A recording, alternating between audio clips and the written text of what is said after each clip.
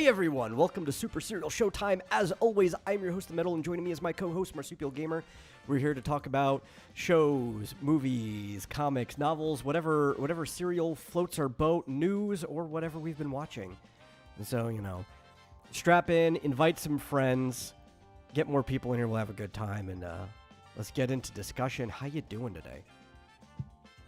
Yeah, I'm pretty good. Gradually getting my voice back, so... It was better this morning. It was almost normal, but, by the end of the day.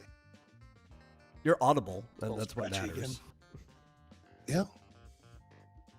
And not like those times when I opened my mouth to speak and, literally nothing would come out. Be like, yeah. Well.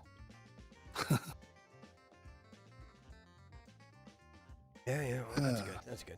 How are you? So, I'm doing fine, I guess. I don't know. It's hard to make me not feel fine, I'm a pretty easygoing guy.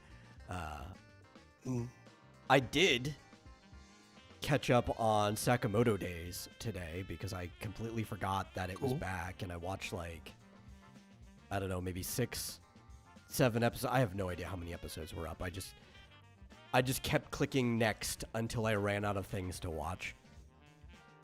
Yeah. Very good. That's the way to do it. Yeah, except, sometimes these, I think it was on Netflix, these programs can be just completely stupid. Until, maybe the last 2 episodes or so, the skip to next episode just wasn't coming up, so I had to, fast forward all the way to the end. And they never let you actually go to the end. I think there might be a skip up at the top, but it wasn't showing up either, a traditional triangle, rectangle skip button. So I just had to fast forward to the end and then wait 7 seconds because that's the closest they let you get to the end of the show. Which is just the dub credits at that point. Yeah. Good. It's pretty good overall. I think... Cool.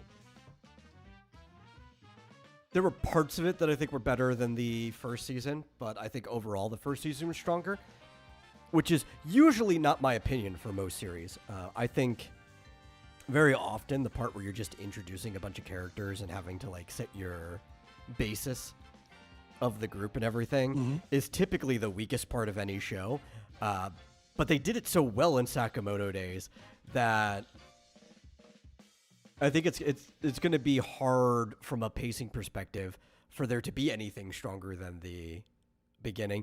But actually, I'm very hopeful. They moved on. There was they left us in the middle of this kind of serial killer mini arc where the dude who wants to take out the organization of assassins released a bunch of serial killers from maximum security prison, and they had to take care of them.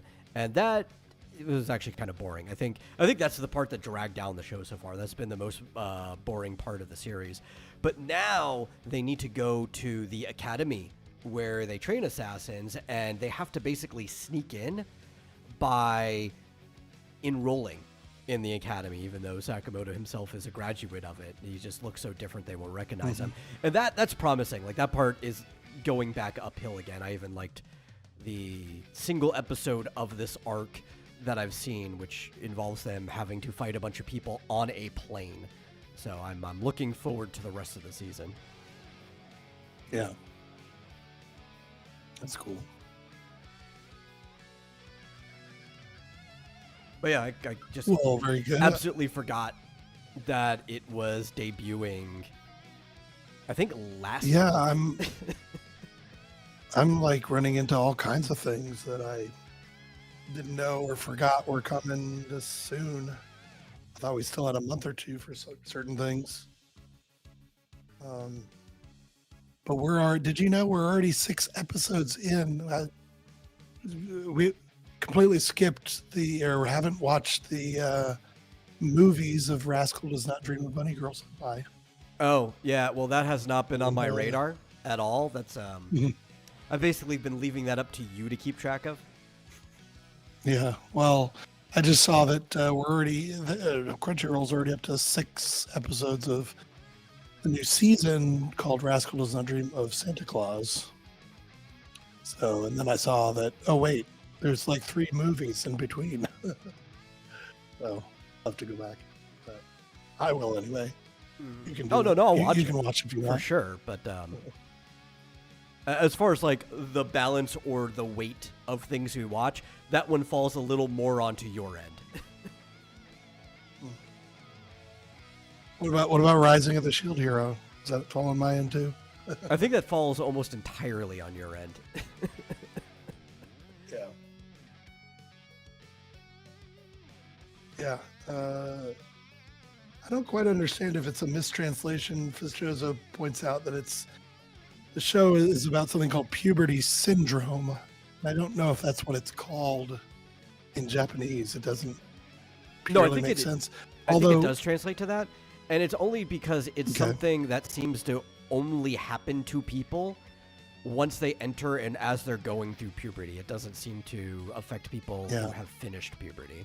I don't think it has anything to do with the actual functions of puberty, though I do believe there is social commentary on it, because when you do feel like an outcast or estranged from everyone, a lot of it has to do with the hormones that are going through you in puberty. So I think it's a very tactful allegory at worst, and that's a positive thing to say about it. yeah, it's hard to tell how old they all are. Like some of them maybe are already through puberty, but The main character's a high schooler, yeah. and many what's his men name? don't finish puberty Sakuda? until 21 on average. Yeah, I guess you're right. So, Azusagawa is 16 at the beginning of the show, and Mai Sakurajima is only 17. And the little sister who I thought was younger than this is No, she is was like, supposed to be a 14. junior So, high student, right? yeah, I guess so. Yeah. I thought she was younger. I thought she was like 12, but I guess she's Oh, 14. no. I thought she was a junior high student, like, the moment we saw her. But, well, Yeah. especially because they were even mentioning puberty syndrome, which technically for a girl, like, you could put them at, like, 11 or 12. That would still end up working, but they Yeah, said that she I had mean, been, girls like, out of usually- school for, what, at least, like, a year? So, like, I had to add that onto her age. Yeah. Oh, whoops.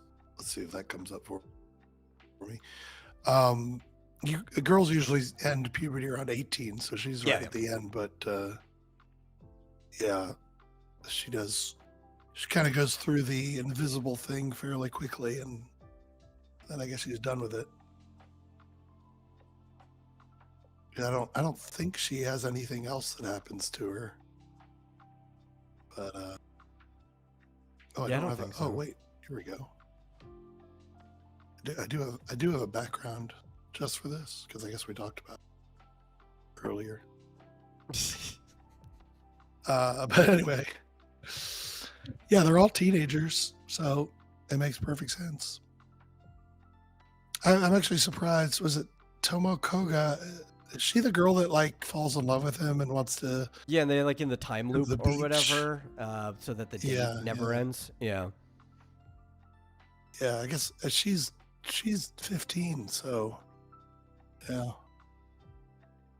They do make them look older than they are, but all of the characters are between 13 and 17. So I mean, they look like typical anime characters to me, so I don't know. yeah, I guess it is also style Well, I dependent mean- for most series as well. yeah. I mean, the main character looks like he's about 20 to me. I don't know. Oh, he looked like a His high girlfriend schooler. looks about. I guess it's hard to tell with the, but plus, and then the younger characters look younger than they are. So Yeah. it's hard for me to tell. At any rate, Well, I Fizz, love Kaede. She was I so can tell cute. you that this is definitely not a Gooner show for sure. The closest it ever gets is when she's wearing a cocktail bunny suit for like once at the beginning of the series, and then you never see her wear it Yeah. again. It's Well, yeah, she does wear it to help him study one time, but that's it. yeah, but it's like you She won't almost even never kiss him. see. So any skin. I mean, they slept in the same bed once, but like nothing happened. It was like literally just two people Yeah. lying in the same bed. Yeah, she didn't even kiss him in that episode. Yeah. So it's a pretty wholesome show, if you ask me. Although it's some of it is really sad. So if you're like me, and I'm susceptible to I think the uh, only thing things. that got close for me was probably the Little Sisters arc, where she was like, that version of her is going to disappear. Yeah, she kind of she got amnesia, but basically became a completely different person. Yeah. It was really sad that they knew, like, that she was going to be done with it and back to normal, which meant she wasn't going to remember anything from however many years. Pretty sad. But then, like, at the end, they didn't really, like, he ran into the girl that had helped him when he was younger, but she was now younger than him. Yeah. So I'm not sure. Maybe in the movies they go into this, if it's a time loop or what. I have no clue. That started to become really sad, because you realize that the reason she disappeared was because she probably died of cancer. So that's what they kind of heavily imply, but I guess maybe we'll find out for sure. Yeah, my information about this series genuinely ended in the last episode that we watched. I don't know anything after that, aside from the fact that apparently Santa Claus is involved in some of these puberty syndrome incidents or something, you know. I guess. And a big old bunny suit, I guess. Yeah. For him this time. Well, anyway. Yeah, I didn't even realize that new season was on. So I'll check it out. It was kind of a bit disjointed series of events, you know. There were one or maybe two episodes that covered a different person and what crazy stuff was happening to them, but with an overall arc. So I thought it was.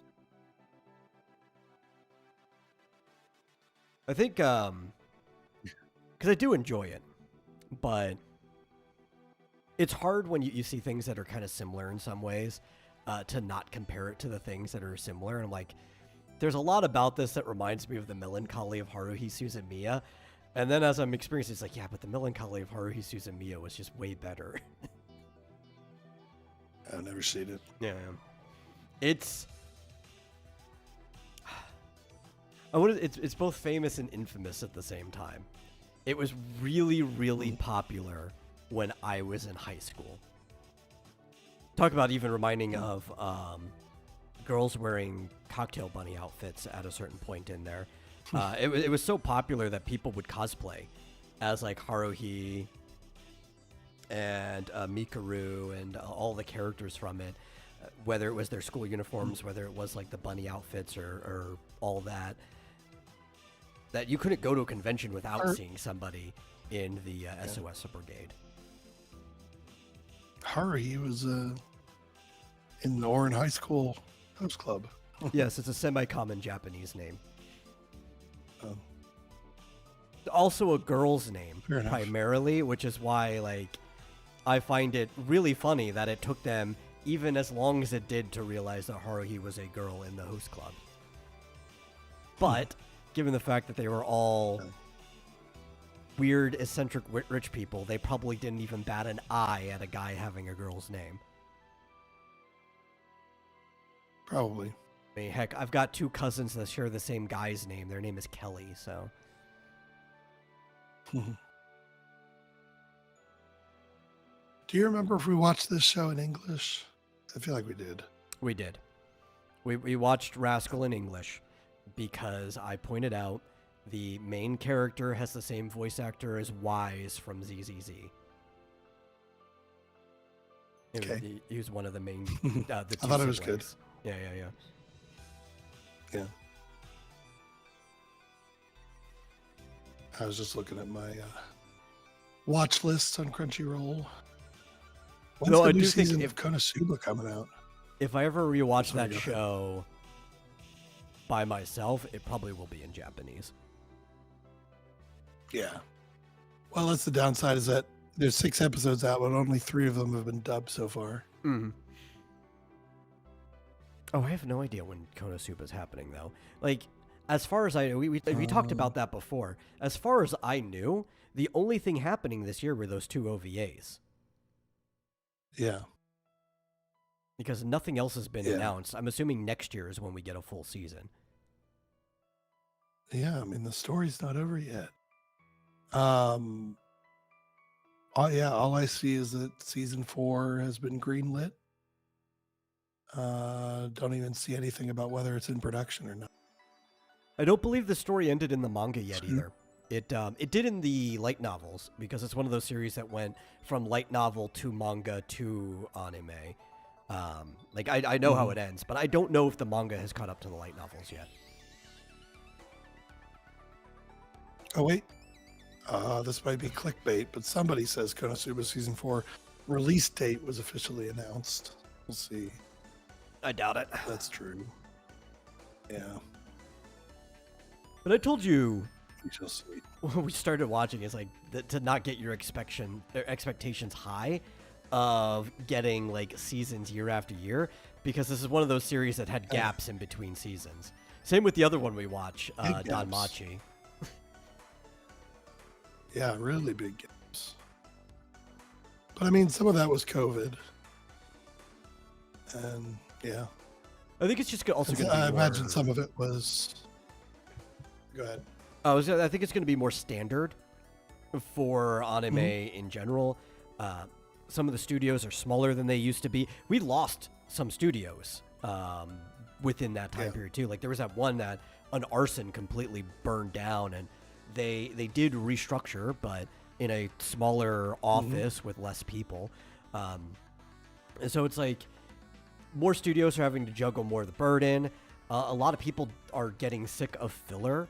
So I think they're just going to start juggling series around. So it's like this year, this studio might do the season of that. Unless it's like a really big, high in demand show, then you'll probably get it year after year.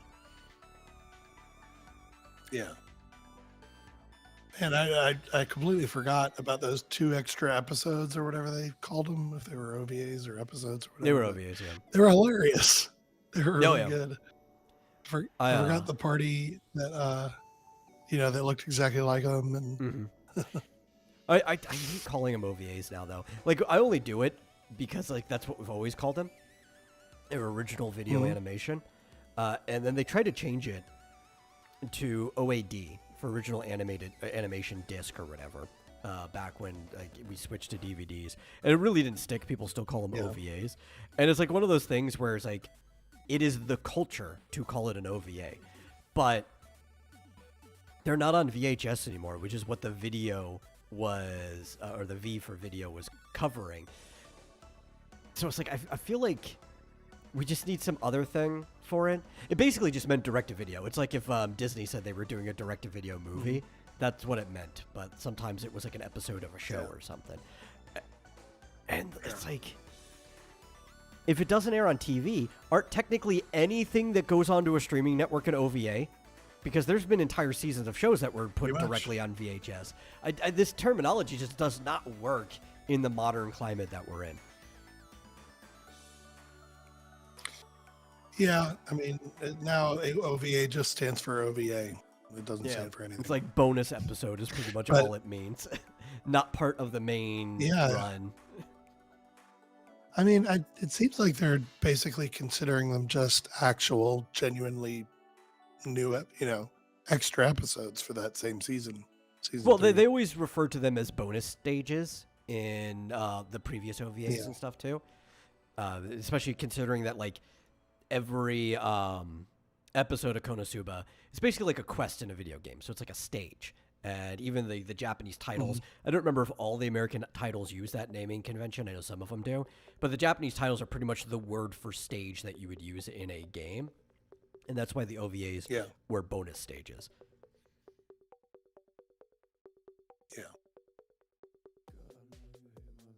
Well, my screen just went out.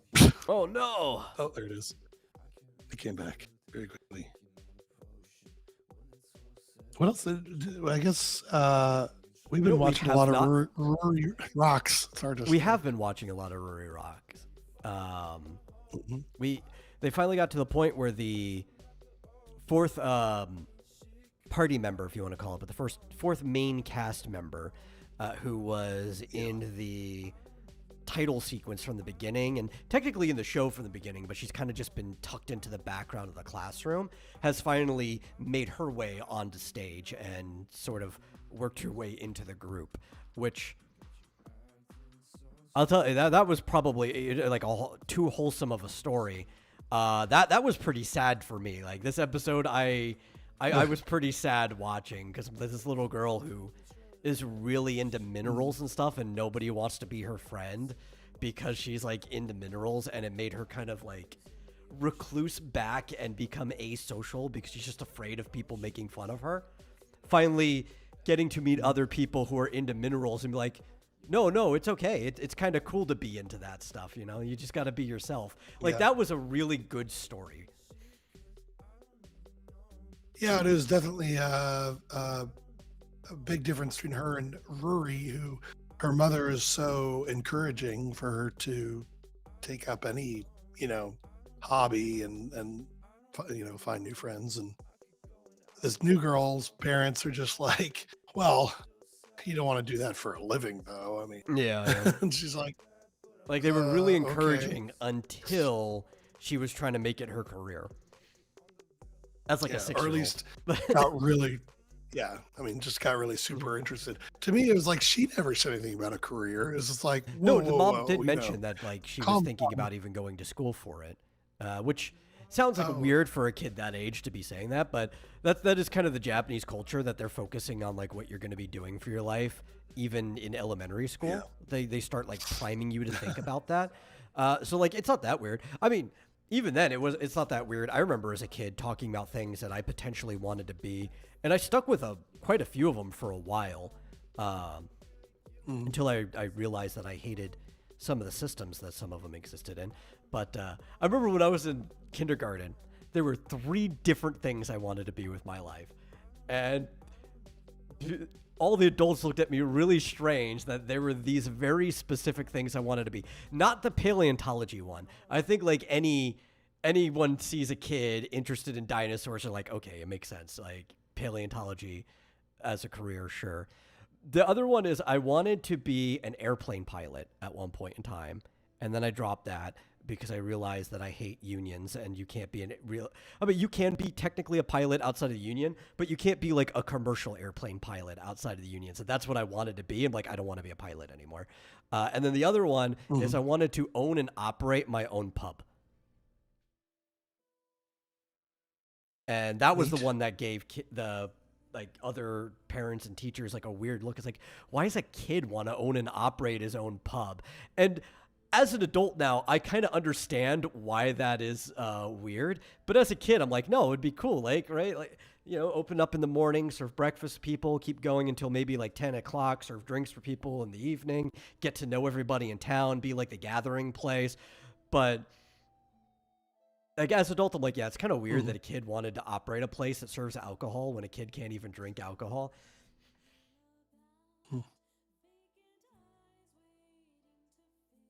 Yeah. Well, so Fitzjozo, Rory, the older characters in most of the show does not take place in high school. Oh, it's kind of like half the class are high schoolers. Well, what do you mean? Like, as of the new now person. There's 2 characters. Yeah, there's 2 in the same class in high school. So it's 2 high schoolers, one pre-grad and one grad student. Right. Yeah.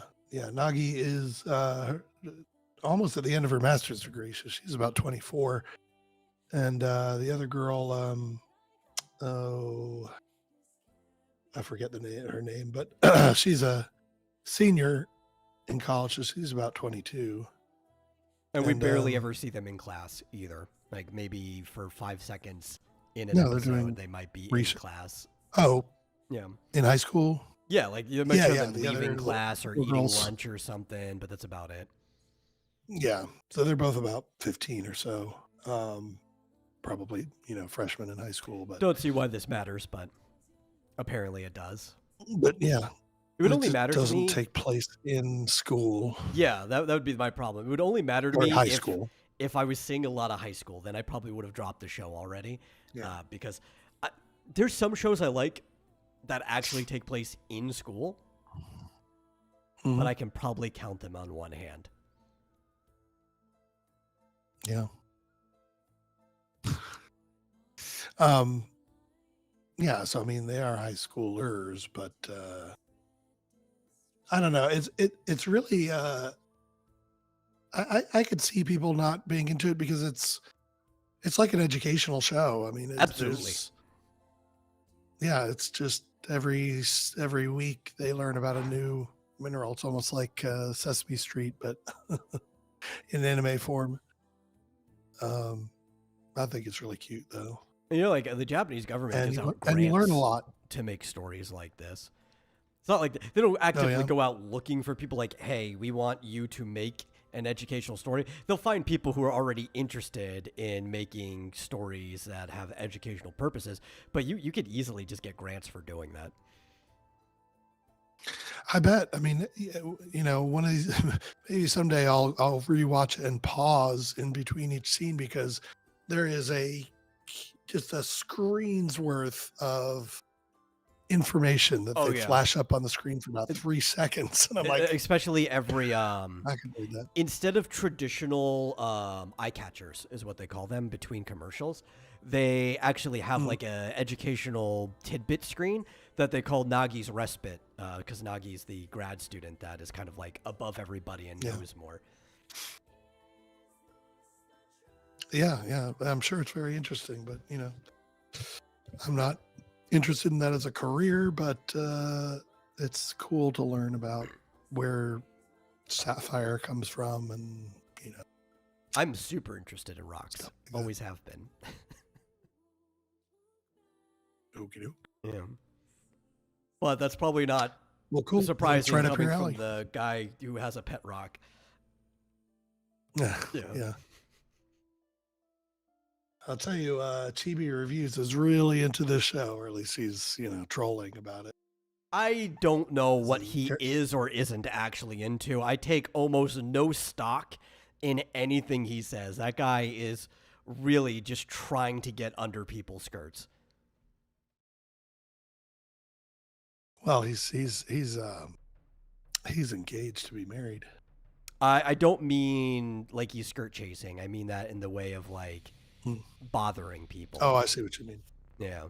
I get you. I thought you meant literally. Jozo asks, how good is Universal Basic? Is it Universal Basic Guys, or is he saying how good is Universal? Never seen I've never and heard or of it, so I of don't it. know. Yeah, I'm like, I'm not. You didn't use any punctuation or uppercase letters, so I don't know what exactly that even is. Flit says it's garbage. Flit, in my opinion, on most shows don't differ that much. I mean, there's specific ones I can call out where they're different, but they're usually close to the same. So if he says it's garbage, I'm probably going to tend to agree with him. Yeah, it looks like it looks bad. Oh, it's on Fox? Yeah, well, when's the last time Fox had a good original series? Is it? I see it's on Hulu. I guess it's all Disney now. Yeah. Well, the Hulu, Disney became the primary owner of Hulu when they acquired Fox and also got Fox's shares of it, which is why there was like that big, what's it called, antitrust issue with it, because Disney already owned shares of Hulu, and then it's like, well, instead of it being like plurality owned, it becomes majority owned by one person because they acquired the other majority owner of it. Yeah, this looks terrible. It's two guys who lose their jobs and then they just get a universal basic income, and Oh, I hate universal basic income. And they just, yeah. Like, I'm sure it could be funny if they Yeah. actually poke fun at it, but I don't know, especially giving the corporation that owns them now, it almost feels like they're propaganda to try to get you used to the idea of having a universal basic income. It's funny. Years ago, Scott Adams was on a kick where he was like, just, there are some people who just can't do jobs because their IQ is too low or whatever. And I was like, no, no, no. You give them a hammer, you point it at a bunch of big rocks, and you say, turn the big rocks into little rocks. Oh, yeah, there's Boom. plenty of things. They've got a job. Yeah. I mean, The only problem usually is reserved for prisoners, but well, no, the problem is like nobody does that anymore because we have machines that do that instead of people. Right? That's the bigger Yeah. problem. The IQ creep really comes from like all the jobs that you used to give to people on the lowest end of IQ can easily be done by machines more effectively than giving them to people. Yeah. And it's like maybe we should actually just be saving some of those jobs for people on that end so they have something to do. yeah, that's what I'm saying. I mean, give them something to do. I mean, okay, give them a basic, universal, or give them an income, but like, have them do something for it, even if it's not necessarily. Because we're talking people with a 60 IQ. Yeah, what else are you? Well, gonna the, have them the do? funny thing too is like if you are actually considered disabled, whether it is because your brain doesn't operate at the capacity of somebody else or whatever, you can already get a form of disability income anyway. So you don't need to actually label it universal basic income or anything. Like most of those people that he's talking about that is like should need it already qualified to get it in the system we have. We don't have to change anything about that. It's kind of like what's another example I'm trying to think of? I mean, where okay. it's like somebody's like, man, why don't people do this? It's like the gun laws or red flag laws. Anytime like somebody goes out and shoots, it's like if only they weren't allowed to get a gun, and then you find out that the person got the gun illegally anyway, so you don't need to add more laws. They were already violating ones on the book. It's like one of those cases where people want to change things where the thing they want is actually already in place. Actually. Yeah. I don't know, Flit. I can't read Elon's mind, but I don't need to I'm talk not about even that. sure Elon can read Elon's mind. Yeah. Well, have you heard there is a device that is like 73% accurate that can read minds? It's like this thing you put on your head and it can determine what you're thinking. Mm. And I don't know how it's scary. much I believe. Like, I'm sure like whatever they said is true. I just need to see the finer details of necessarily. what they said is what it means, right? Because you could frame almost anything in a disingenuous way, right? Yeah.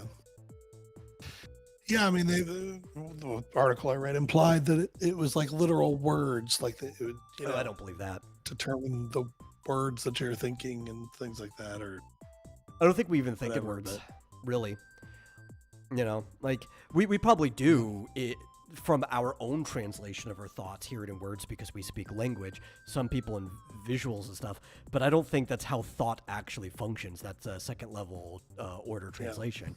Thoughts like electrical impulses, and they might be able to read it, but without the neural mapping of that brain, how do you know what those electrical impulses mean? Right, like, but my impulses, even though I'm thinking the words coming out of my mouth right now, if we were to run those same impulses through your neural network, it probably wouldn't translate the same thing because they developed in two different patterns. yeah, maybe it's bullshit. I have no idea. Yeah. Flit says he wants a device that will turn his dreams into images or movies. Well, just That'd be cool. What you do? You get a phone and you download Grok. Boom, you're done. Yeah, but I think what he It's got means is that like he Imagine or- basically wants a VCR so he can play it back the way he saw it. Yeah. Which I think. Yeah, the trick with dreams is if you have to write them down or something, or else Yeah. you won't remember it. Again, because it's all like electrical impulses. Like you'd basically have to make a machine that is wired the same way your brain is, right? You'd have to like figure out what is causing each reaction in your brain for it to be able to play back that way. So then you, while you're sleeping, I guess you could like record those impulses and then have them played back through like a fake brain that can then visualize it.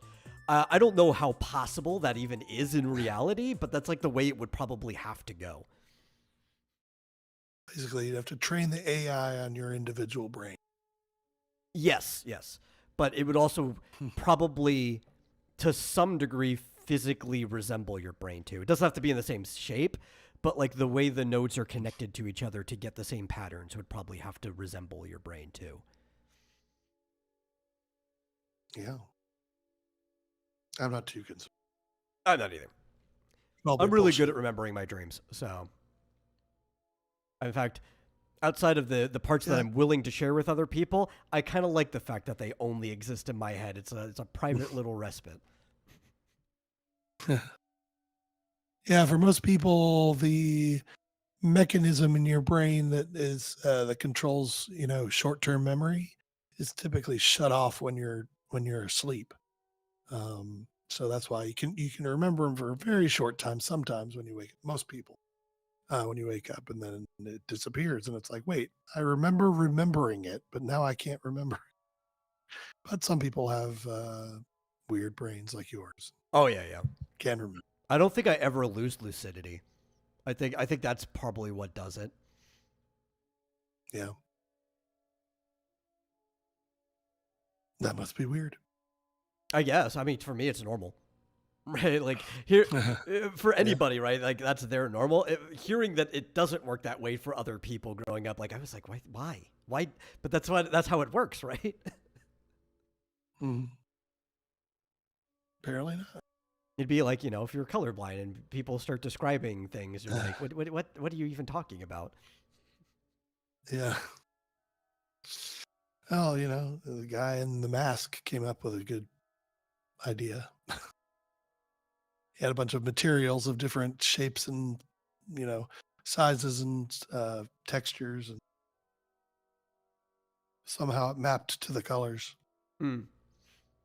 If you ever seen the mask, Were you talking not the about? Jim Carrey mask. Yeah, I'm trying to think which mask this is. I don't think I've seen that one.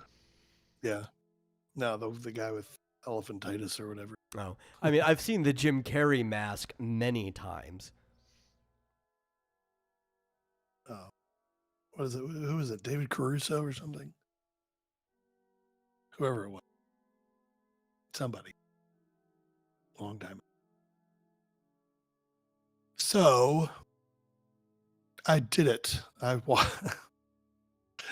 watched all of Rising of the Shield Hero from beginning to the current season, and the episodes are come out every week. So I'm My up to condolences. episode 6, I guess. It wasn't bad. I did, I understand. You said you didn't like how it shifted from the first season. It definitely does. But it's different. It definitely does change, and I think it's continuing to. I think we're in season 4, and each season has sort of a unique style and obviously a unique storyline, but also it's a kind of like a different genre each time. Yeah, and I think my problem was that I liked the characters more than I liked the actual story. Yeah. Yeah. Well, yeah, Fitzgerald, that's not that's more of the setting. The setting is it's an isekai, of course. They're in a magical world where every few months or whatever, these waves of creatures attack, and they're brought in as heroes to defend everyone from these events. But that's just the setting. The real story is the interactions between each of the heroes, or mainly the shield hero and the other 3, and the world, and how they. It's almost like it's interesting because it's kind of a case study in upbringing. Because if you think of it in terms of like they're born when they're summoned, the shield hero has a really tough time from the very beginning just an awful time, and nobody likes him, and he's just like a nobody, or at best, and at worst, he's a criminal, and they're trying to kill him or put him in jail or whatever. They can't kill him though, because if they kill him, there's like a prophecy that says all four of them have to be alive. And he ends up, of course, and the others are pampered and told that they're heroes and told that they're, the greatest thing ever to come. They're God's gift to mankind or whatever. And he ends up developing a very good character, in terms of, wanting to protect people and stuff like that, basically from what he went through. And they turn out to be completely spoiled brats, and they all end up just absolute bottom, like rock bottom, just their lives end up terrible. So it's a bit of fantasy there, because sometimes you're brought Very up and unrealistic. pampered and pruned, and well, but sometimes if you're a total asshole, and you never you never learn anything, and you never have to do anything for yourself, and then if you're Yeah, but like thrown to the wolves, it's like, oh, 3 out of 3 people. you're fine. Well, yeah. I mean, obviously, it's a fantasy, but yeah, and they all sort of hit their rock bottom in unique ways. Although all four of them, one way or another, turns out represent the what do they call the seven deadly sins? Some of them encompass 2 of the sins, but even the shield hero, because he's so upset, so angry at the world and the universe, wrath. he becomes wrath. Yeah, and I know But, that was one of the things I didn't like about the series. More so, I don't like the main mechanic of the series about like their equipment, the type of hero they are, the shield, and it's like weird game mechanics that are attached to the technology that is the shield. Like that kind of stuff was just like taking me out of it when I was watching. It's like I just don't care about this anymore. And they do. I think I was wrong when I initially thought that it was just like you raise the level of the shield or the spear or the sword or whatever. That's not the case. The people themselves raise levels, but they're kind of tied to their weapon. And so, like the shield here, he can't take his shield off. Maybe he takes it off at one point, but he can't wield a sword. He can't wield any weapon except the shield. But it's turned out to be unique. I don't know if I've seen anything in some aspects of it quite like it. It's there is a very strong sort of at first sort of what seems like a blooming romance between him and Raftalia, his first slave, actually, but she ends up falling in love with him, and she gets freed, but she wants to stay with him and be his sword. But as it goes on, it's like, wait a second, he basically raised her from a child, and he thinks of her as his daughter, so he has absolutely no romantic interest in her, which kind of starts out with some creating some comedic situations where she's trying to flirt with him, and he's just like not even it's not even on his mind. And then later on, they just kind of, at least at the moment, they've kind of settled into a just a very meaningful friendship. So started the slave trend in Isekai. Is there I don't even know a if it slave started. trend? I don't read enough Isekai to know. I haven't really seen much outside of Shield Hero that has it, so. Yeah. I mean, the only other one sort of would be a redo of Healer, but they're not officially slaves. They're just enslaved by his powers. I mean, he brainwashes them. If we expand it to general fantasy, especially because fantasy tends to reflect an older version of the world just with magic, I mean, you have slaves in like every high fantasy story, game attached or not, isekai or not, but I don't know. I don't really. There's a bunch of light novels where the MC owns slaves. Yeah, That must be a new trend that I'm just not aware of. I don't know. I will say that the Seven Deadly Sins thing was just for one season, really, and they've kind of dropped it. I mean, they just kind of mention it in passing while while he's rounding up the heroes after they're just they've all been uh shamed and beaten down, and then he kind of discovers their they've taken on the Mm. personas of the various sins, but he basically purges them. He helps them get rid of it, and Yeah, then they and you're drop gonna it. see So that was only one some season. reflection of the seven deadly sins in almost anything that represents like European fantasy from a Japanese perspective, because that's just like Mhm. one of the things that they see as part of Catholicism. So that just gets mapped onto that stuff anyway, even if it's not like a high Yeah. fantasy. Right, the Seven Deadly Sins were in Full Metal Alchemist because much of Full Metal Alchemist was written to be a reflection of a Western Mhm. fantasy. It's very European. Um, the Yeah. show, based on the manga Seven Deadly Sins, is also supposed to heavily be a European fantasy. So, like, literally the main focus on it are these characters that Mhm. each kind of represent the sin. Though that one, it is more of like a moniker than anything. That's like their night name is reflective of a sin. Mhm. But Yeah. like you can see it a lot because it's And it's like Catholicism, yeah. European fantasy. There's no difference between that to most Japanese people's perspective. Mhm. I do like how they leaned into some things that people didn't like, and it seems unapologetic about it. The whole false accusation of rape, and that same character does it again to another person. It obviously falsely accuses them, and then the slavery thing they never apologize for. I actually thought it was weird. Like I was totally expecting him because he goes and he goes to rescue a bunch of children who have been kidnapped, basically their village destroyed, parents killed, and they've been kidnapped and put into the slavery system. I was totally expecting him to just free them all. Now you're free, and no, he took them as slaves. I was like, what the fuck? Okay, that's interesting. I mean, he's obviously he treats them perfectly well, but doesn't order them around or anything. But they're children. But I mean, it's just part of the world. It's Oh just a yeah, normal part of that particular I mean that's fantasy a normal world. part of the world, right?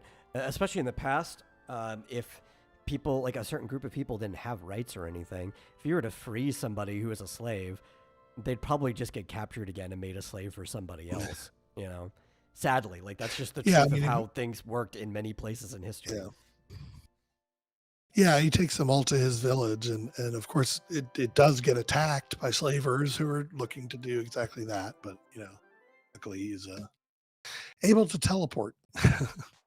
There are fast travel points, Mm. just like a video game. Um, and then there's like an isekai within an isekai, which I thought the characters from the other world were actually kind of cooler than Mm. the main characters of the show, because he does get teleported to another world that needs saving, and they have their own heroes, and then they team up and all this stuff. Frankly, I wish they'd bring them all back because they were a lot cooler, even though they're at the beginning. Oh, I immediately recognized one of the characters from the second or third world or whatever. The leader of their team is a woman named Glass, who has these fans, and she's super powerful. And at first, she seems like an enemy, like she's going to kill them. Well, she says she's going to kill them, but I think they end up working together. I was like, oh man, that voice is so familiar. Who, like, really familiar? It's Ubel from Freerin. Oh, okay. Yeah, it's a very distinctive voice. Yeah, it's the crazy girl who could slice through anything Oh with yeah, her yeah. magic. We'll see her again. Yeah, I'm sure.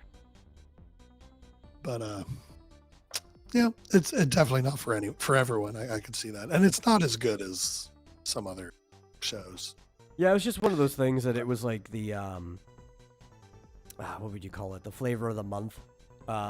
Partially because of the controversy with it, but it'll just go into having its fan base, and that's about it. Yeah, it's not great. It's okay. It's not a waste of time, I would say. It's just, it's a good time waster, honestly. You won't regret watching it. I haven't regretted watching it. I don't think I've regretted watching it when I did. It just wasn't keeping me enough to continue watching it. I can see that. Makes sense. The one big complaint that I told you was the music is terrible. Yeah. I wish they'd redo all the music. It doesn't fit whatever any of the scenes, and it doesn't get you hyped. It's supposed to be, there's a big battle scene going on. You're supposed to have like something exciting in the background, and it's just not. So, that's my main complaint. Otherwise, I like all the characters pretty much. Oh, and when they finally catch and everyone figures out that the girl who falsely accused him was lying the whole time, they end up renaming her Bitch. And then everyone has to have a hero name, and her hero name becomes Whore. So, and then I thought for a second, because for a while I started calling her Witch, and I was like, oh shit, they backed off of that, but then they went back to calling her Bitch. So I don't know. I guess it just kind of goes back and forth. She is a magic user, so that might be why I just called her Witch sometimes. Anyway, I'd say I don't think it's a recommend, but if you're bored, it's not bad. Yeah. Not too bad. So, we've also been watching series that's over at this point, probably won't be coming back, but Jack Ryan, Tom Clancy's Jack Ryan. We just finished season 3, right? I think we pushed all the way to the end of the season last time. So we've got one more season to watch on that. I've been enjoying that a lot. I wasn't sure if I was going to when we jumped into it, especially after realizing that it's not a direct adaptation of anything that Jack Ryan was from. It was more of a inspired by piece, right? It's its own spin-off story, alternate universe AU of Jack Ryan.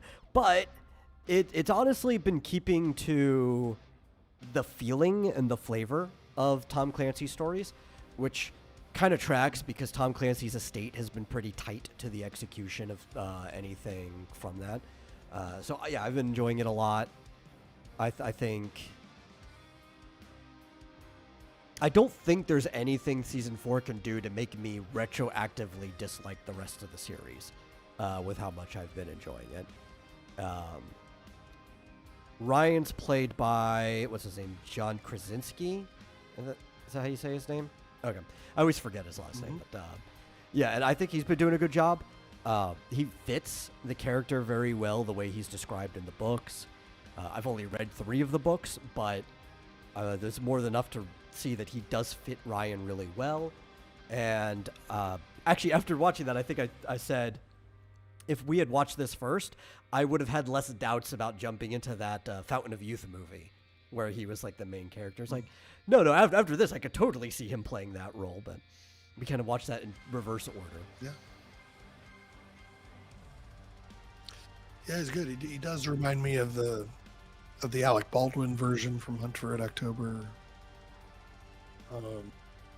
Although he doesn't do a lot in that movie. I mean, he's more of the analyst. He has one action scene at the end, whereas in this show, he's just, he's like James Bond. He's just, jumping around and running and shooting. Shoots a lot of people in the head, I have to say.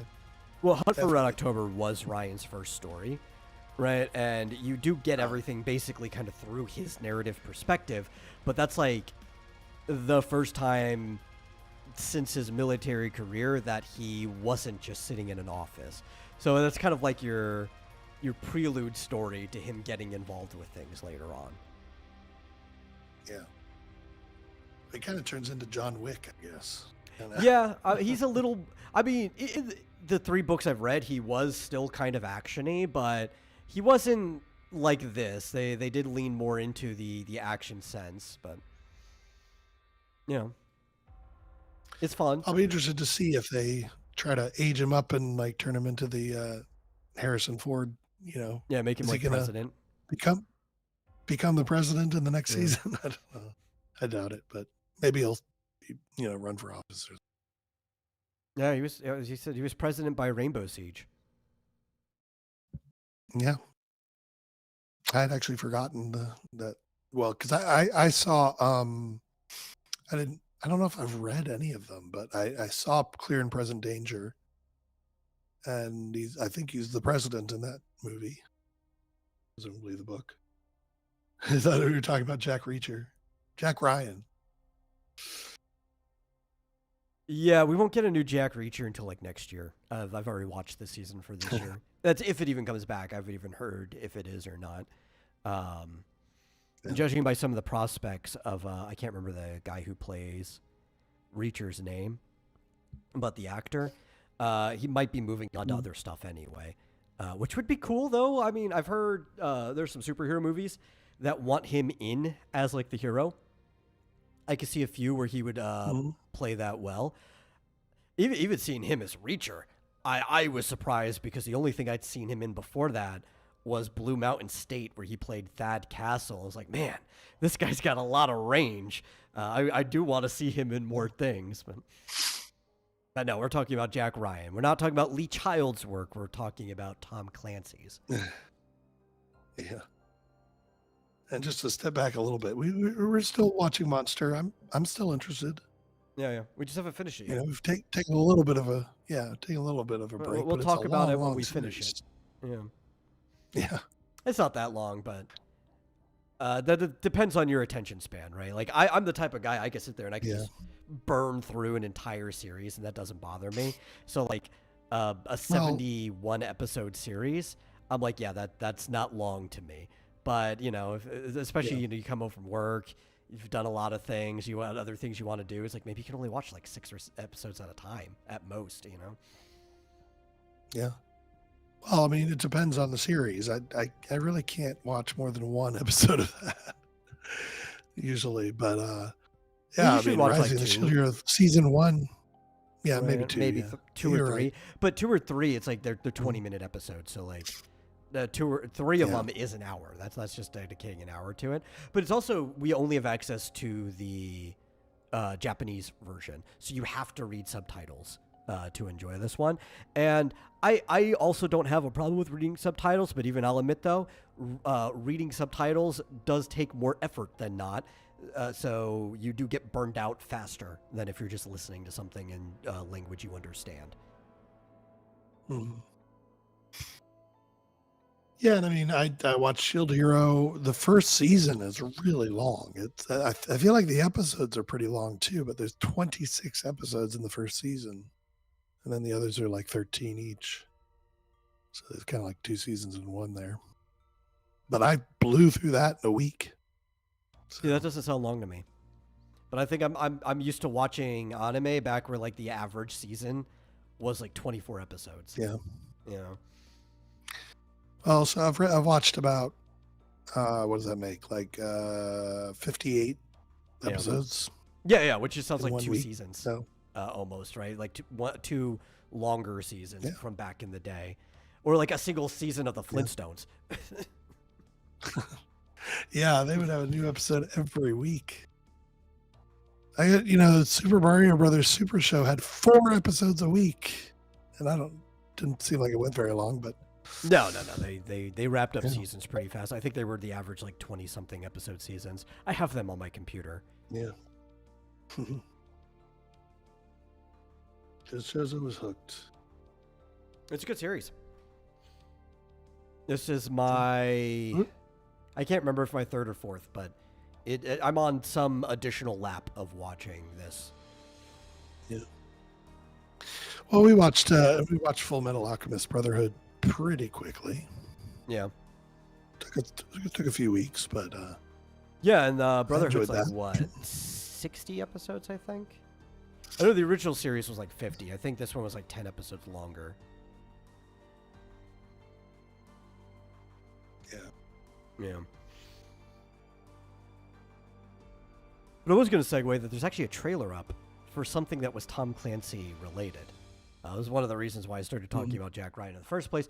Other than the fact that I have been enjoying it, it was kind of interesting. Like I kept noting out that Greer was given like almost a completely different role. He was still Ryan's superior in this, but he was like a direct level and still working the field, so that they could have an excuse to have Greer involved in like all of the plot.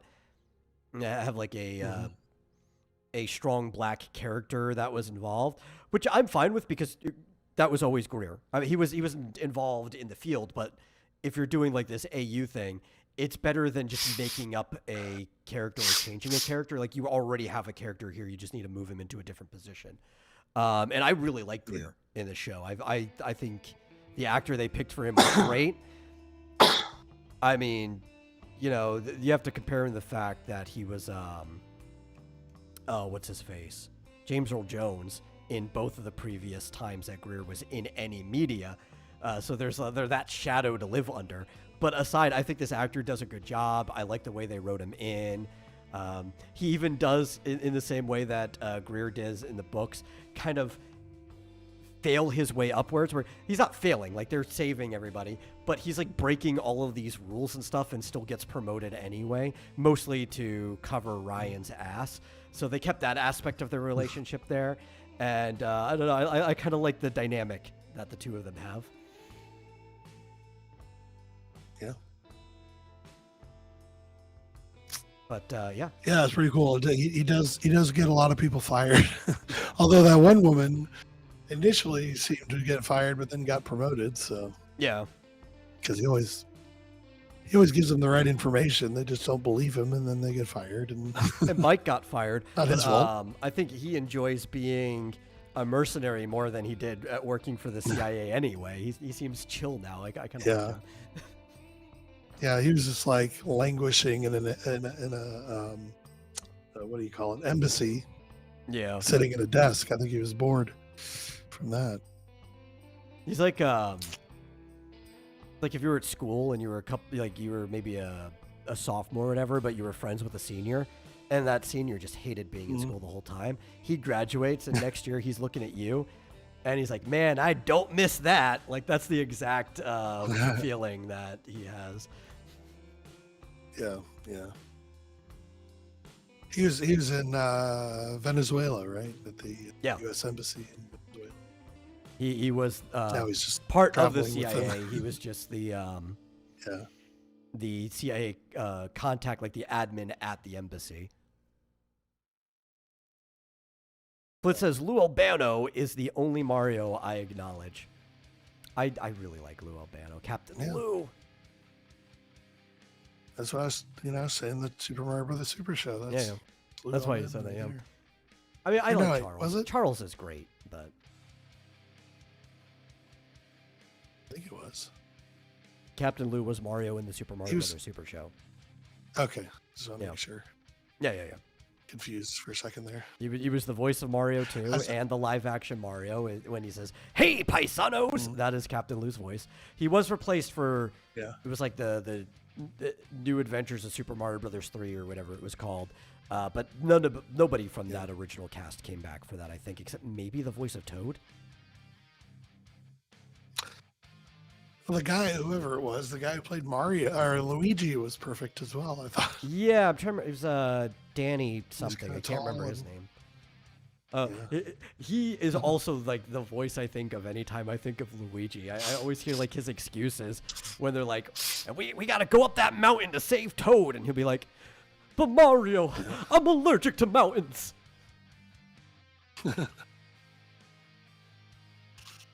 Or my favorite one is they got to do something. And Luigi's like, I can't. I'm pregnant. And then everybody looks at him, and Peach gives him like the most disdained look, being like the only person in the room, or Princess Toadstool. She wasn't called Peach in that show, but being like the only person in the room who could actually get pregnant. She was like,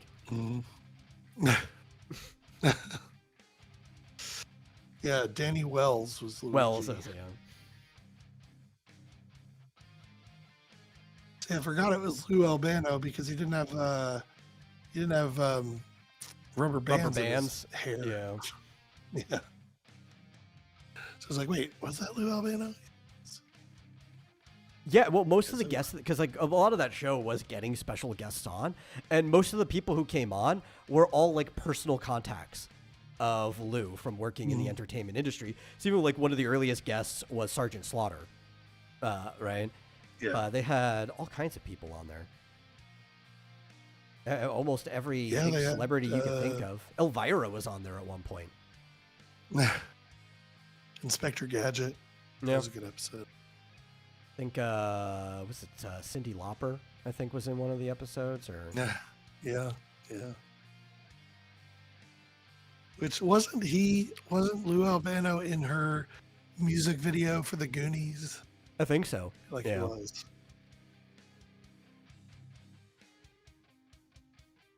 Yeah, a great show. I've seen it many, many times, and I will probably see it many more times.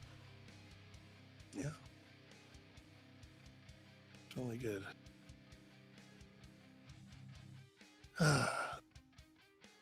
But yeah, so there is a Tom Clancy announcement. It's something that technically was already announced prior, but there's actual trailer for it now.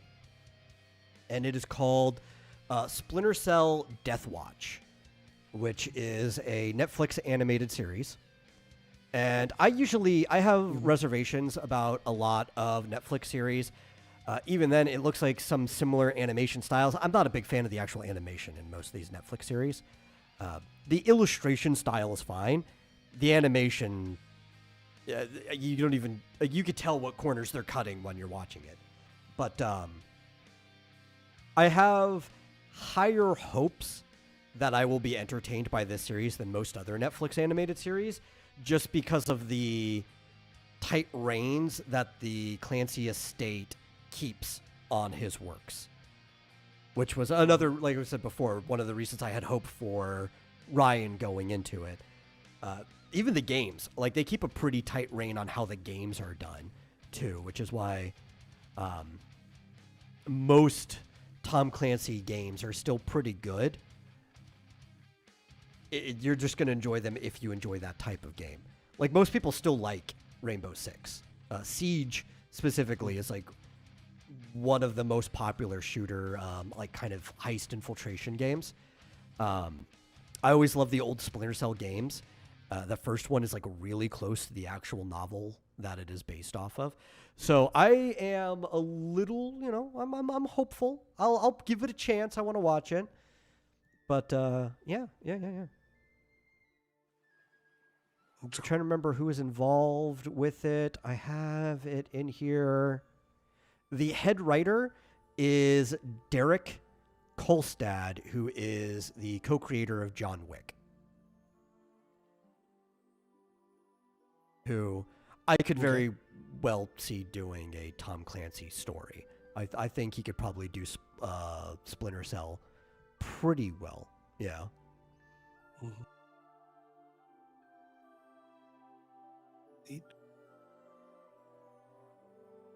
Yeah, Flit says Netflix animated series, 3 most painful words in the English language. Yeah. Like I said, I don't have a problem with Netflix making animated series. Though, like I said, the actual animation has been questionable sometimes. It's usually at least passable, right? Like even when it's not as good as it should be, it's usually still passable.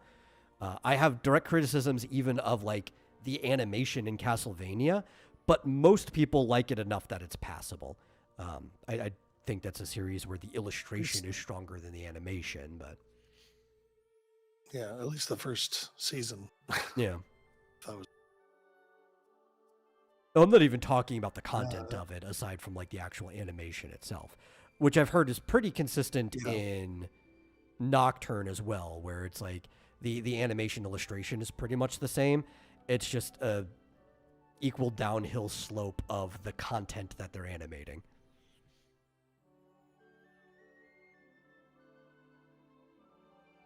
Well, speaking of content, Demon Slayer, the movie Infinity Castle, has Okay. broken all records. First day ticket sales just came out today in Japan. Coming here in September. Okay. Just Demon Slayer movie. Demon Slayer is one of those other ones that like I just cannot get into for the life of me. I've tried multiple times, especially like it is one of the more popular ones. Its sales are pretty high. It's not one of the most popular because I think a lot of people think it is just because there was those stories of how like Demon Slayer was outselling the entirety of the American comic industry. It's like, yeah, that's true, but I could have also named 5 or 6 other manga that were doing even better than that at the same time. But it's very popular. It's like big 3 popular at any time. Shonen Jump has like 3 big stories. But I just could not get into it. Like for the life of me. The premise is fine, you know? There's a lot of aspects of it that feel very like Inuyasha if the time travel wasn't involved at all. Like if you were just permanently in that time and people of that time. But like, I don't like any of the characters. Sorry. I don't like many of the character dynamics, and like it just does not stick for me.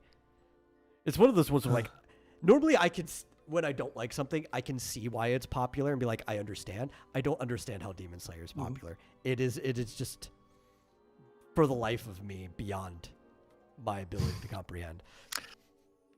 Maybe I'll just have to watch it and I'll tell you. Yeah. I don't know. I've not seen a single episode of it ever. I haven't even seen a single scene or trailer for any. Yeah. Only seen still pics. I have no idea what it is. Is the movie done by Ufotable?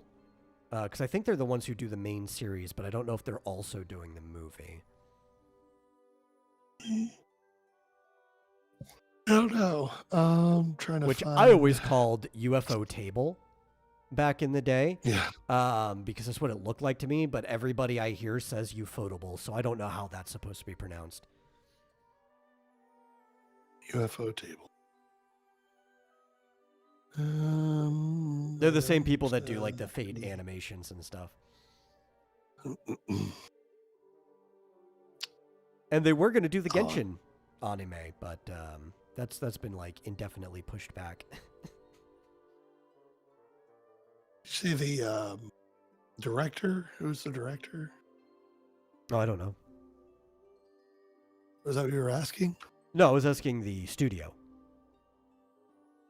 Is it not pronounced UFO Table? I always thought it was UFO Table. But everybody else I hear says Ufotable. So I don't know if like I'm the smart one and everybody's stupid, or if I was saying it wrong the whole time, you know? Yes, the studio is UFO Table. Okay. Well, you know how to find out.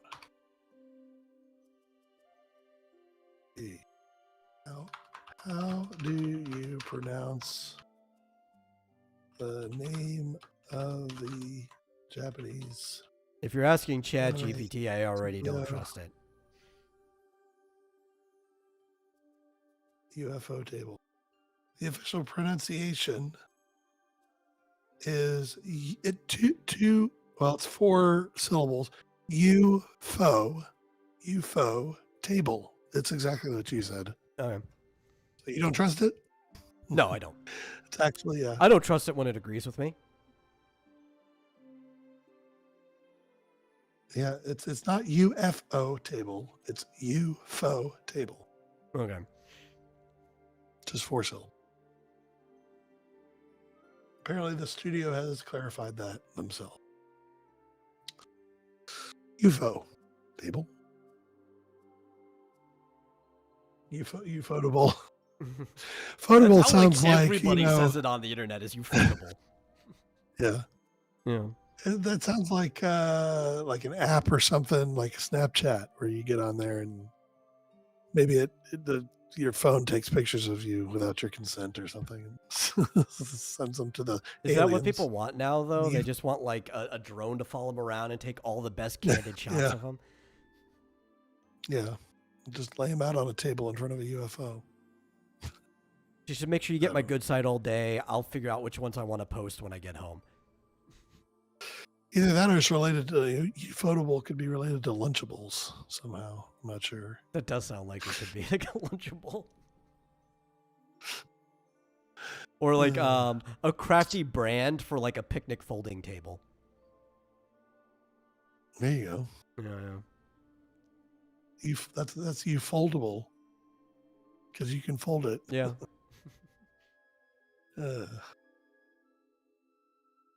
Felicia's funny enough. Well, He's heard apparently UFO people pronounce UFO as UFO. So. UFO. Yeah. Hey, so you guys are the sane ones, and the Okay. whole rest of the world is crazy. Unless you pronounce UFOs, in which case, get the hell out of here. Yeah. Nobody calls them UFOs anymore. No, I know they're called something else. What is it? They are. Oh, I'm trying to remember. It's unidentified aerial phenomenon. UAPs. Yeah. Oh, UAP. I'm getting Yeah. really tired. Yeah. Okay. UAP. That sounds I familiar. kind of liked it back when people called them Foo Fighters, which is where the band gets their name from.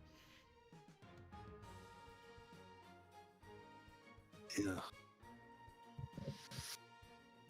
Unidentified. Oh, wait a minute. Unidentified aerial phenomenon. Which is just a broader UAP. category that can, lump anything that's up there. It doesn't have to be a machine, right? Yeah. It could be a light, right? Which a light you may not call a flying object. It's an aerial phenomenon. Mhm. Yeah. Oh well. Apparently, UAP is now in the Merriam-Webster dictionary. Learn it, love it. Laugh it. Yeah. What else do I have? There was some news of something I feel a little mixed on. Like I don't know quite which way I want to lean it right now.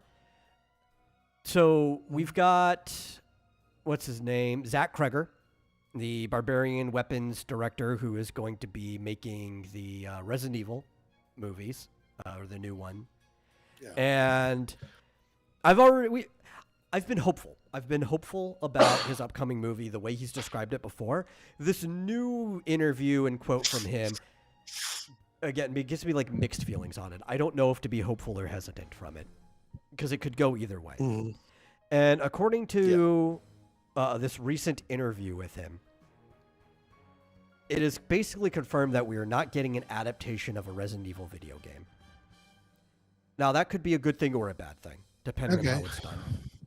He says it's going to be a weird original story, but it is going to be consistent with the games. So functionally what he's saying is that he's making a spin-off story that could work in the world of the games without clashing with it. He doesn't want to tell the story of, say, like Leon, because you've got the games for that. Why watch a movie? Which, to some degree, I agree with. We don't necessarily need you to just make new stories with these characters. So if you're not going to do a direct adaptation, maybe it's for the best to just do a spin-off story. I don't know. As long as it's properly labeled. Because if you just put Resident Evil up there as the name of the movie and it doesn't have a subtitle, people are going to go in thinking this is going to be an adaptation of Resident Evil. Yeah. I don't have a problem with that as long as what it sounds like, they respect the source material and they're not like, oh, actually the virus was unleashed by Trump or aliens or some bullshit like that. Oh no, Yeah. he specifically says, "I'm telling a story that is a love letter to the games and follows the rules of the games. It is obedient to the lore of the games. It's just a different story." Now, we've heard a few people say things along those lines before, though, so you can't really actually trust that that's true until you watch the movie and be like, "No, that would have never happened in the games." But it's still a little more hopeful than some of the other stuff. To me, that's even more hopeful than that last entire media franchise, where I know you like it. I even enjoyed it when it was new, but like the character Alice just shouldn't even be there. Like she doesn't belong in this story at all. If they're trying to tell the main Resident Evil story, which is more or less what they were adapting, just whatever way they felt like it at the time. Mm-hmm. Yeah. So was Alice a made-up character? Yeah, Totally Alice invented was for the made up movies? for that series. Yeah. She never existed in the games. Yeah. I'm just He's not going to have the zombies catching destroy up. the world. I hope he doesn't, because that never actually happened in the games. They would go rampant in specific areas. They'd be a biohazard outbreak, and then they would be taken care of by some military power. I mean, the characters win at the end of like every game, more or less. Technically, like the first two games are kind of connected, where they handled the outbreak at the mansion, but also at the meantime, there's an outbreak in the city, so that we go over to see like what the police and STARS agents are doing. But each outbreak is eventually handled. So if he is respecting the source material, then that should be the way it happens in it. Flit even says at least he being upfront about making a spin-off rather than saying you'll be faithful to the source material and then doing a 180. Yeah, and even the spin-off, he's saying that he still wants to be faithful by following the rules and everything. We just don't want to... He doesn't want to follow the story of somebody whose story was already told. And there's some respect in that, because it's like... And some people do want to just like make their mark on a series. And if you want to make your mark, it is better to find a opening, like a vacant slot, and fill it, than it is to change what somebody already did. Yeah, that makes sense. Well, I'll hold out some mild hope, I guess. Yeah, that's same. I did like the original series, but go ahead. No, that's fine. I was just gonna say I like the original series at first, the first 2 or 3 movies, but then they just became repetitive and confusing and crazier every single time. So Yeah, at a certain point, you'd start to wonder who they actually were making those movies for, right? Apparently, a lot of people, because they seem to, for the most part, only do better with every entry, money-wise. yeah, But they started just becoming like like empty. Transformers. Yeah, they just became empty summer blockbusters for people to watch. Yeah. Because like the further it went on, the less the initial plot made sense anymore. But also they would start sneaking in stuff from the games that were coming out at the same time that they were making these movies. So you're like, who is this action? Like, you're not following the plot of the games, but you're still sneaking in things from the games that only people who play the games would get. But most of your movie audience doesn't play the games just because of how much money you're making. So like, who are these movies for? Mm-hmm. Yeah. Yeah, it's hard to say because, like, it was starting from the very first one. There's plenty of blood and gore, so Yeah. Pretty- Vizchoso brings up a pretty good point adult. when it comes to like people claiming to be consistent with the games they came from. They were saying that the Fallout was supposed to be the new, like the canon. In fact, actually, that's the problem, is that it supersedes the games. But they said that it was going to be faithful to the games, and then they do something like saying Mr. House caused the Great War, when literally everything the House did was to save like his little section and to try to prevent stuff as much as possible. As like an AI, like his whole thing. Well, actually, not even the AI, the actual Mr. House before the computerized version of him. His whole thing was to actually try to keep things from escalating. And they're like, no, he caused the Great War. Sure, absolutely, I believe you. Sure, why not? And Flit's like, speaking of Alice, what if someone made an adaptation of American McGee's Alice? Ooh, I don't know. I think, like, the original Alice's Adventures in Wonderland, which is part of how he was able to make that game, I believe is completely public domain, right? Probably the original. Yeah, I'm trying to think how old that book is. Look that up. That's like 1800s, right? Like Is it? late. Wow, It's that's either late 1800s or early 1900s. I'm trying to think when it. Might be older than I'm remembering, but. Yeah, yeah. You're right. Oh, was it? Wow. No. I said you're right. The copyright on Alice's Adventures in Wonderland expired in 1907. Oh, okay. So it has been. Does seem to be Disney's MO.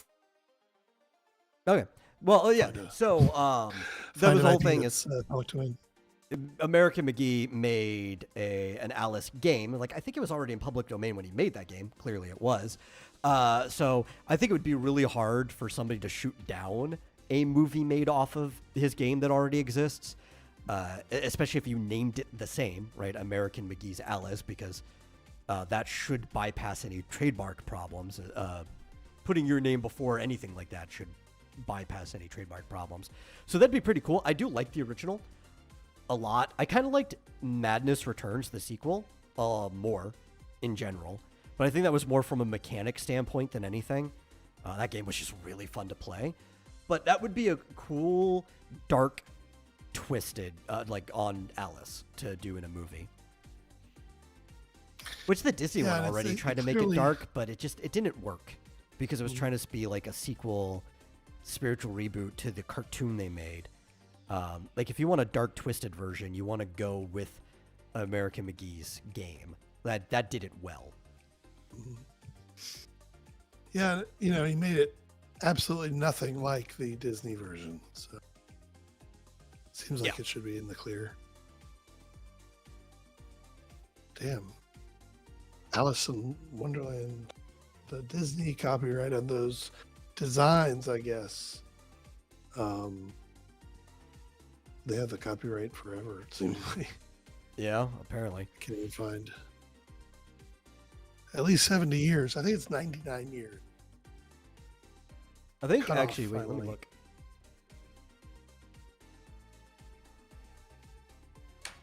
So we'll have to wait till 2053.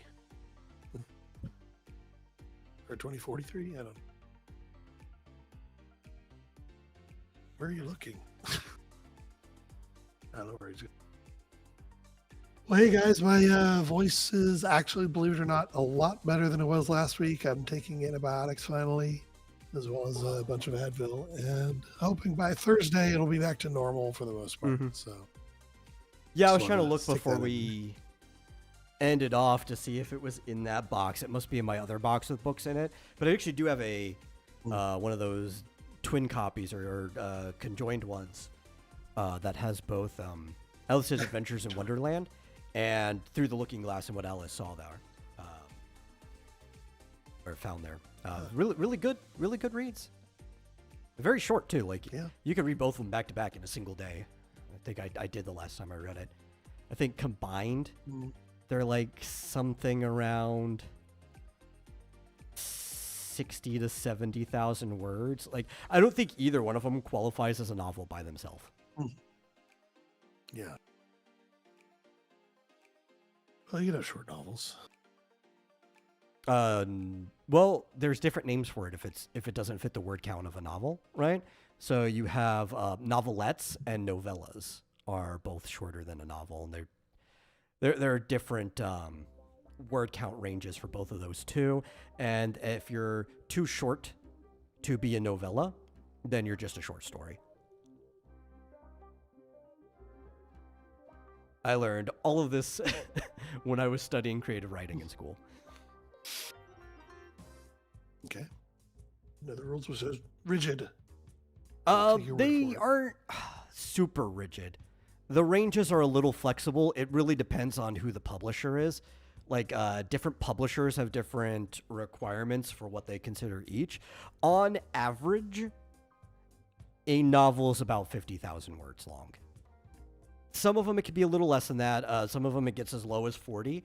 Some of them they might require higher. But the like international standard that most people recognize is about 50,000 words as a novel.